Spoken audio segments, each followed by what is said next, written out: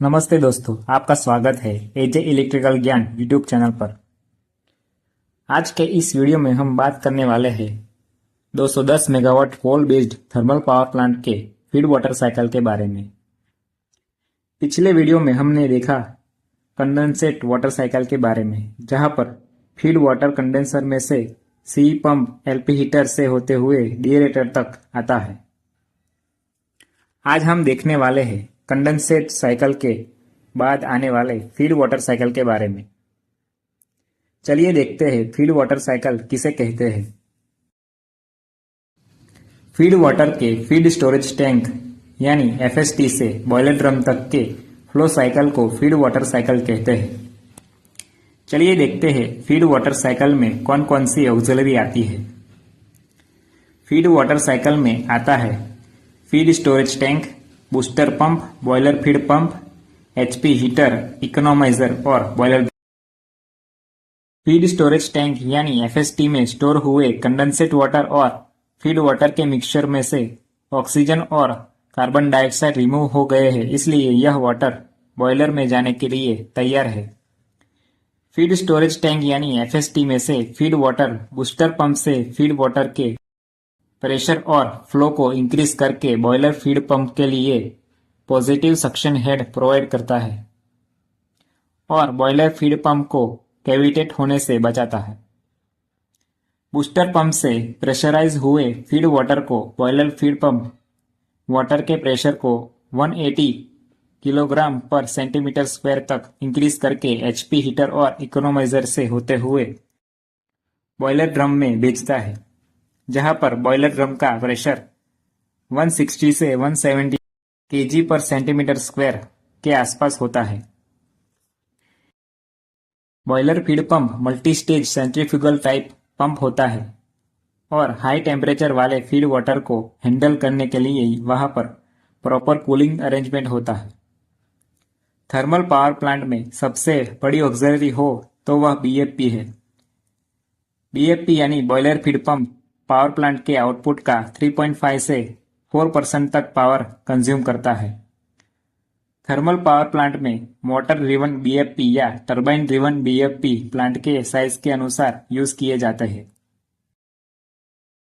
Boiler feed pump feed water का pressure उतना increase करना चाहिए जितना pressure loss feed regulator station, economiser में और लीकेज में हो, फिर भी वह फीड वाटर बॉयलर ड्रम में एंटर कर सके।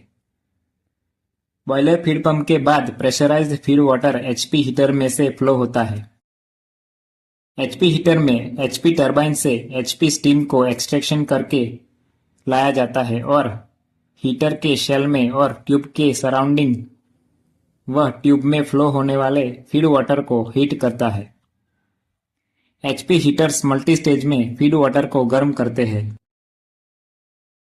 फीड वाटर को गर्म करने के बाद यह स्टीम कंडेंस होकर डिएरेटर में चली जाती है। एचपी हीटर फीड वाटर का टेम्परेचर 244 डिग्री सेल्सियस तक इंक्रीज करते हैं और यह फीड वाटर अब फीड रेगुलेटर स्टेशन यानी एफआरएस के थ्रू बॉयलर के इकोनॉमाइजर में जाता है। फीड रेगुलेटर स्टेशन का मेन फंक्शन है बॉयलर ड्रम में फीड वाटर लेवल को मेंटेन करना। बॉयलर ड्रम में फीड वाटर का लेवल इसलिए मेंटेन करना इम्पोर्टेंट है क्योंकि अगर ड्रम में feed water level normal level से डाउन हो जाता है तब फीड वाटर की कमी से बॉयलर ट्यूब ओवरहीट हो जाएगी, और अगर ड्रम में feed water level normal level से हाई चला जाता है तब ज्यादा फीड वाटर के कारण टरबाइन में स्टीम के साथ साथ वाटर भी चला जाएगा और टरबाइन की ब्लेड को नुकसान करेगा। इन दोनों केसेस में मशीन ट्रिप हो जाएगा और पावर प्लांट को जनरेशन लॉस होगा। इसलिए ड्रम में वाटर का लेवल नॉर्मल रखना जरूरी है। बॉयलर ड्रम में इंडिया बॉयलर रेगुलेशन एक्ट के तहत 210 मेगावाट पावर प्लांट में बॉयलर ड्रम के सेंटर लाइन से 254 mm डाउन वाला लेवल नॉर्मल लेवल है और नॉर्मल लेवल से 125 mm डाउन का लेवल ड्रम का लो वाटर लेवल है। लो वाटर लेवल से 50 mm डाउन ड्रम का वेरी लो लेवल है। बॉयलर ड्रम के नॉर्मल लेवल के 125 mm अप ड्रम का हाई वाटर लेवल है और हाई वाटर लेवल के 50 mm अप ड्रम का वेरी हाई लेवल है।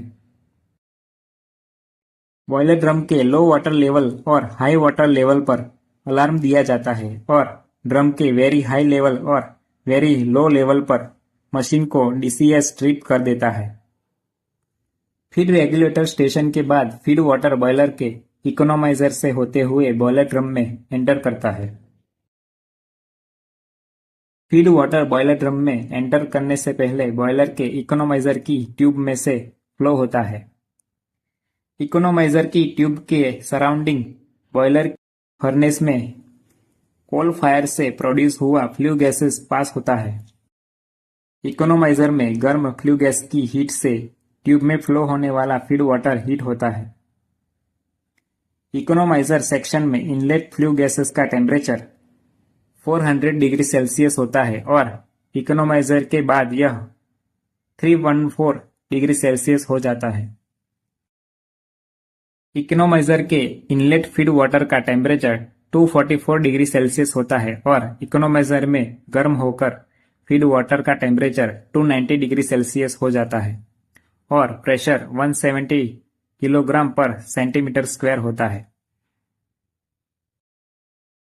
फीड वाटर को इकोनोमाइजर में फ्लू गैसेस की हीट से गर्म करने से फीड वाटर को गर्म करने के लिए कोल कंजप्शन रिड्यूस होता है और बॉयलर की एफिशिएंसी इंक्रीज होती है। अब 290 डिग्री सेल्सियस टेम्परेचर और 170 केजी पर सेंटीमीटर स्क्वायर प्रेशर वाला फीड वाटर ड्रम में एंटर करता है। बॉयलर ड्रम में स्टीम और फीड वाटर का मिक्सचर होता है। बॉयलर ड्रम में लगे हुए टर्बो सेपरेटर की हेल्प से स्टीम को फीड वाटर से सेपरेट किया जाता है। बॉयलर ड्रम में फीड वाटर की कैरेक्टरिस्टिक मेंटेन करने के लिए जरूरी केमिकल डोजिंग करने की फैसिलिटी दी जाती है, जैसे फॉस्फेट डोजिंग।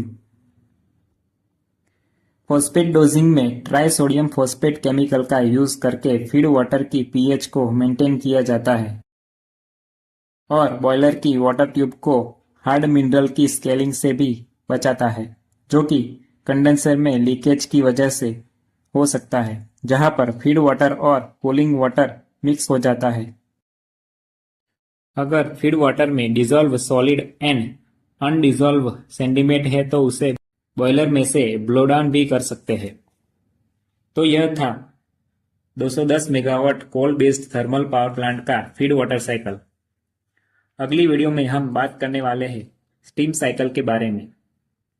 अगर आपको मेरी यह वीडियो पसंद आई हो तो लाइक करें और सब्सक्राइब करें एजे इलेक्ट्रिकल ज्ञान यूट्यूब चैनल। मिलते हैं अगली वीडियो में। Thanks for watching.